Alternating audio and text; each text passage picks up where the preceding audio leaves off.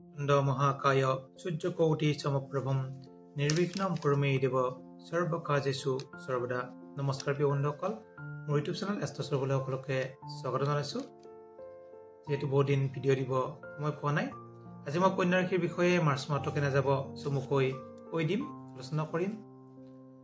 যদি আমি চাওঁ, কন্যা ৰাশিত ৰাশিতে বহি আছে কেতু, গতিকে কেতু 100 ডিগ্ৰীত আছে, বহুদিন আৰু নাথাকে।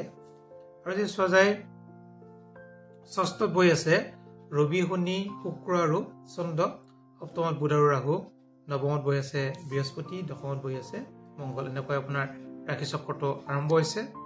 আপোনাৰ ৰাশিৰ অধিপতি হিচাপে বুধ যিহেতু সপ্তমত নিচ হৈ আছে, সেইকাৰণে বিবাহ বাৰু এইবিলাকত কিছু বাধা সন্মুখীন হ'ব পাৰে। আৰু লগতে ৰাহুযুক্ত নিচ আৰু ৰাহুযুক্ত, যিহেতু আপোনাৰ ৰাশিৰ অধিপতি।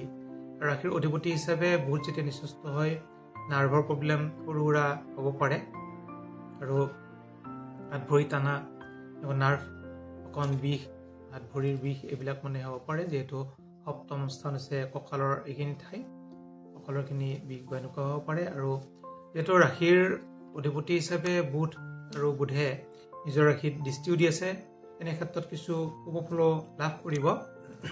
আপোনালোকৰ যিহেতু লগ্নত মানে ৰাশি লগ্নত কেতু বহি আছে, কেতু আৰু ৰাহুৰো দৃষ্টি আছে, গতিকে কেতু ক্ষেত্ৰত কিছু কৰ্ম সফল হোৱা দেখা যায়। ধন টকা পইচাৰ ক্ষেত্ৰত যদি চোৱা যায়, যিহেতু অধিপতি শুক্ৰ আছে স্বাস্থ্য, গতিকে টকা পইচাৰ কাৰণে কিছু কষ্ট হোৱা যোগ দেখা যায় গোটেই মাহটোত। কিন্তু টকা পইচা অহাটো খাটাং আহিব। যিহেতু কৰ্মস্থানৰ অধিপতি হিচাপে বুধ, আৰু ৰাশিৰ অধিপতিও বুধে হয়। বুধে যিহেতু নিজৰ ৰাশিত দৃষ্টিও দিছে, আৰু বুধ যিহেতু বৰ্তমান নিজ হৈ আছে, কিন্তু মাহৰ শেষৰ ফালৰ পৰা আপোনাৰ কৰ্ম, বিবাহ, স্বাস্থ্য এইবিলাক কিছু শুভ হোৱা যোগ দেখা যায়। আৰু যিহেতু ধন টকা পইচাৰ অধিপতি হৈছে শুক্ৰ হৈছে শনিযুক্ত আৰু ৰবিযুক্ত।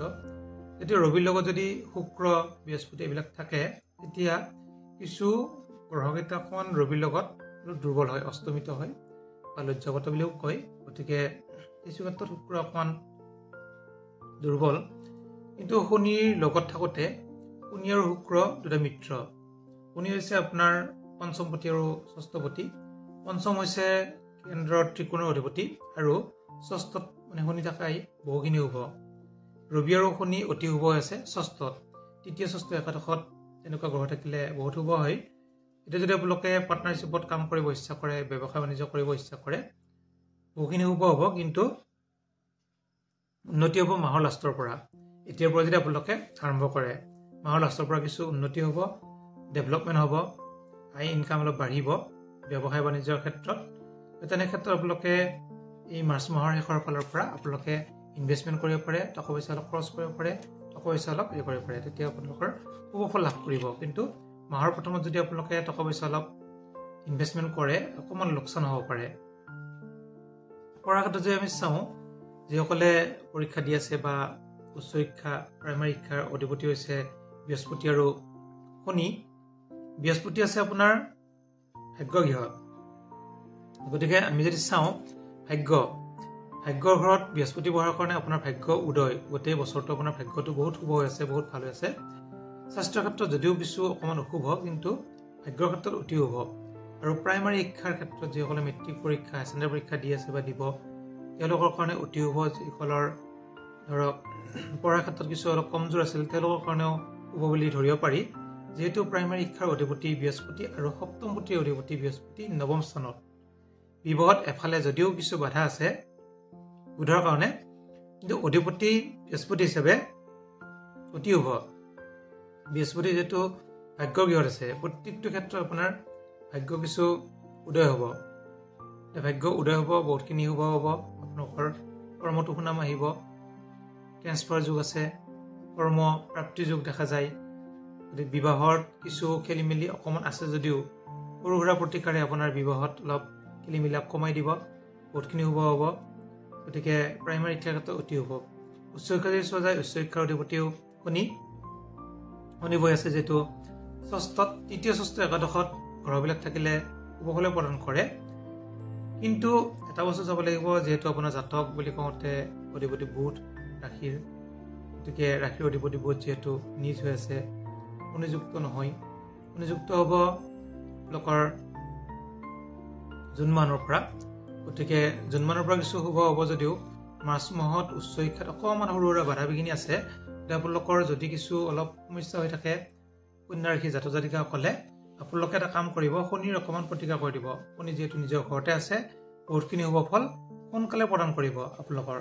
গতিকে বহু সময় নালাগে, 3টা শনিবাৰ আপোনালোকে শনি মন্দিৰ দৰ্শন কৰক, তেতিয়াহ'লে উচ্চ শিক্ষাত ভাল ফল প্ৰাপ্তি হ'ব। যদি আমি চাওঁ ভাগ্যৰ, মই যিহেতু ক'লোৱে ভাগ্যৰ অধিপতি হৈছে শুক্ৰ। মাহৰ শেষৰ ফালে ভাগ্য উদয় হ'ব, বৃহস্পতি বহি থকাৰ কাৰণে অতি শুভ। আৰু শুক্ৰ যেতিয়া মীন ৰাশিত প্ৰৱেশ কৰিব, শুক্ৰ আৰু বৃহস্পতি ক্ষেত্ৰ বিনিময় যুগ এটা হ'ব। ক্ষেত্ৰ বিনিময় যুগ হোৱাৰ লগে লগে আপোনাৰ বহুতখিনি শুভ ফল প্ৰাপ্তি হ'ব। যদি বৃহস্পতিৰ দশা বা শুক্ৰৰ দশা আপোনালোকৰ চলি আছে, তেতিয়াহ'লে একদম 100% শুভ ফল লাভ হ'ব। কৰ্মযোগো দেখা যায় 100%। যদি আপোনাৰ বৃহস্পতি বা শুক্ৰৰ দশা চলি আছে, যিসকল জাতক জাতিকাৰ জন্মচক্ৰত যদি বৃহস্পতি নৱম বা কৰ্মঘৰত বহি আছে, তেতিয়া কিন্তু অতি শুভ, বহুতখিনি ভাল ফল লাভ কৰিব।